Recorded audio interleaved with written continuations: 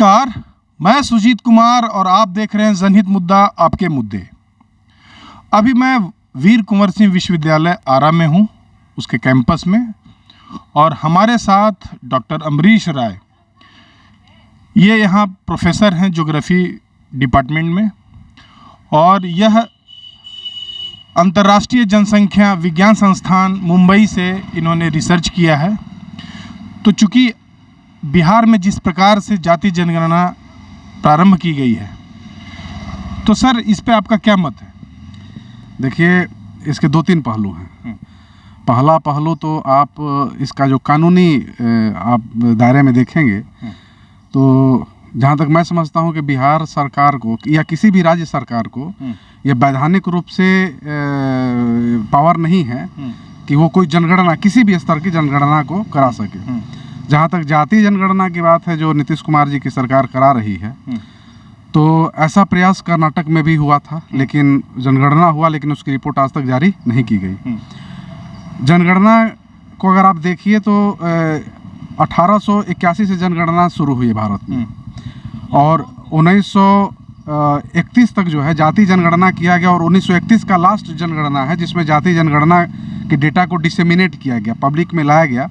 लेकिन जनगणना में कुछ और सेक्शन है जिस पे चर्चा होता है, जैसे माइनॉरिटीज़ का डेटा रिलीज होता है, एससी का डेटा रिलीज होता है, एसटी का डेटा रिलीज होता है। और अगर आप एस्टिमेट करें तो ये सारा जो डेटा है पूरे जनसंख्या का लगभग 45% बैठता है। यानी माइनॉरिटी, एससी, एसटी का अगर टोटल पॉपुलेशन आप मिला देंगे तो 2011 का जो डेटा बताता है कि लगभग 44-45% ये जनसंख्या है। अब इसका मतलब बाकी बचा 55%। तो 55% जनसंख्या में सामान्य वर्ग है और ओबीसी है। तो वैधानिक रूप से तो राज्य को ये पावर नहीं है कि इस पे जो है वो जाति जनगणना कराए, है ना। दूसरा जो इसमें मुद्दा है सामाजिक मुद्दा, कि अगर जाति जनगणना होती है तो नीतीश कुमार जी का शायद ऐसा सोच है कि वो ये जनगणना लग तो रहा है कि जाति आधारित जनगणना है, लेकिन बेसिकली ओबीसी जनगणना है ना। उनका जो मूल उद्देश्य है, वोट बैंक जो उनका ओबीसी है, वो चाहते हैं कि ओबीसी का जो हम किसी तरीके से रिजर्वेशन को बढ़ाएं, ये बता करके कि ओबीसी का प्रतिनिधि जो है बिहार में बढ़ रहा है। लेकिन अगर डेटा को देखेंगे, सेंसस के डेटा को देखेंगे, तो आश्चर्यजनक रूप से आपको ये समझ में आएगा कि ओबीसी का जो लास्ट आकलन किया गया है ना, वो 42-43% पे किया गया, जब 27% इनको रिजर्वेशन दिया गया है।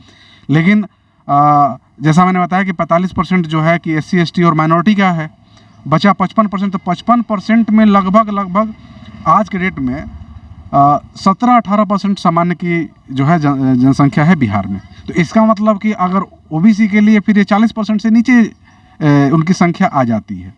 तो इस आधार पे अगर आप देखेंगे तो नीतीश कुमार जी का जो जाति समीकरण के उद्देश्य से इस जनगणना को जो कराने का उद्देश्य है, वो भी पूरा नहीं हो रहा है। और कहीं ना कहीं मैं मानता हूं कि अभी जैसा 20 तारीख को इस पे सुप्रीम कोर्ट ने डेट दिया है इस पे विमर्श करने के लिए, तो मुझे लगता है कि लीगली ये कहीं ठहरेगा नहीं, है ना। क्योंकि सिर्फ एक नोटिफिकेशन करा के, चूँकि विधानसभा में अगर इनको कराना था तो विधानसभा में उस एक नियम पारित कराना चाहिए था इनको, इसकी जाति जनगणना करानी है। लेकिन उन्होंने ऐसा कुछ नहीं किया। इन्होंने केंद्र से मिलने गए थे, केंद्र से सहमति नहीं बन पाई, केंद्र ने इनको मना कर दिया। तो फिर इन्होंने एक सिर्फ नोटिफिकेशन करके और जाति जनगणना जो है शुरू हुआ है 7 जनवरी से। तो मुझे लग रहा है कि इसका जो वैधानिक पक्ष है, सामाजिक पक्ष है, और ख़ास तौर से जो भाजपा का वोट बैंक है, जो ओबीसी का एक बहुत बड़ा वोट बैंक है, तो कहीं ना कहीं उसमें सेध लगाने की जो कोशिश है, मुझे लग रहा है कि ये सफल नहीं हो पाएगा। ऐसा नहीं लग रहा कि पॉलिटिकली, राजनीतिक इसको एक रंग दिया जा रहा है? जी बिल्कुल, ये राजनीतिक रंग नहीं है, ये राजनीति ही है, शुद्ध विशुद्ध राजनीति है। लेकिन इसमें जो सबसे मूलभूत बात है, जो नीतीश कुमार जी कह रहे हैं कि जाति जनगणना कराने के पीछे का जो तर्क उनका है कि हम जाति आधारित जो सामाजिक व्यवस्था है और उनकी आर्थिक स्थिति है, उसके हिसाब से हम उनका चाहते हैं कि उनको लाभ दिया जाए, उनको प्रतिनिधित्व दिया जाए। लेकिन कहीं ना कहीं मैं मानता हूं कि भारत में आज के समय में बहुत सारे ऐसी सरकारी गैर सरकारी एजेंसियां हैं जो आर्थिक आधार पर डेटा लेती हैं, तो उसके आधार पे पॉलिसी भी बनती है। सरकार, राज्य सरकार की भी पॉलिसीज बनती है, केंद्र सरकार की भी पॉलिसीज बनती है। तो मुझे ऐसा नहीं लगता है कि फिर से जाति आधारित जनगणना करा करके और इस तरह की कोई आर्थिक पॉलिसी बनाने की जरूरत है। समाज में नहीं लग रहा है सर कि इससे जो है एक सामाजिक जो खाई है वो कहीं ना कहीं इसमें दूरी पैदा करेगी। देखिए, बिल्कुल आपकी बात सही है कि ये सिर्फ जो है डेटा लेने का एक उपक्रम नहीं है, ये सामाजिक विभेद बढ़ाएगा। उसका एक छोटा सा उदाहरण दे रहा हूँ। अभी एक बिहार में एक बहुत प्रमुख वर्ग है, एक जाति है जिसको हम लोग भूमिहार बोलते हैं, है ना। अभी आप देखेंगे कि जो नई राज्य में जनगणना आई है, उन्होंने कैटेगरी किया है ब्राह्मण अलग, भूमिहार अलग। बिल्कुल। जबकि आप अगर भूमिहार जो जाति से आते हैं, अगर उनसे आप पूछेंगे तो वो अपना जात बताते हैं ब्राह्मण भूमिहार। अब उनके साथ सबसे बड़ी समस्या है, और ये नहीं समझ पा रहे हैं कि हम अपना जो है गणना किस में कराएं, हम अपने को ब्राह्मण में रखें या भूमिहार में रखें। क्योंकि जो उनको मैनुअल दिया गया है, जो जनगणना करने वाले हैं, उसमें ब्राह्मण को अलग रखा गया, भूमिहार को अलग रखा गया है। तो ये कहीं ना कहीं फिर ये डिवीजन लाइन डेवलप करने का जो है एक कोशिश किया गया है। बिल्कुल। ये मुझे लग रहा है कि जानबूझ के किया गया है। ऐसा तो नहीं है कि बिहार में जो जिन्होंने इस चीज़ को ड्राफ्ट किया वो इस चीज़ को नहीं जानते हैं, वो तो अच्छे से जानते हैं। नीतीश कुमार जी के साथ चीज़ क्या है कि नीतीश कुमार जी सबसे प्रथम अपने को रखते हैं, उसके बाद पार्टी है, उसके बाद राज्य है।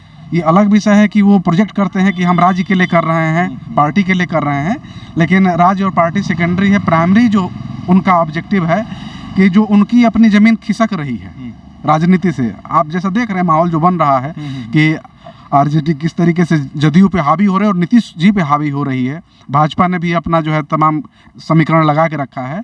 तो अपने को फिर से बिहार में प्रासंगिक बनाने का एक असफल प्रयास मेरे समझ से नीतीश जी का है ये। धन्यवाद। धन्यवाद। तो आप देख सकते हैं कि किस प्रकार से यह जातीय जनगणना कहीं ना कहीं जो है एक राजनीतिक भंवर जाल में फंसता जा रहा है, और कहीं ना कहीं अभी 20 तारीख को माननीय सुप्रीम कोर्ट का उस पर फैसला आना है। तो आप हमारे चैनल के साथ लगातार बने रहिए, लाइक सब्सक्राइब से करना ना भूलिए। जय हिंद, जय भारत।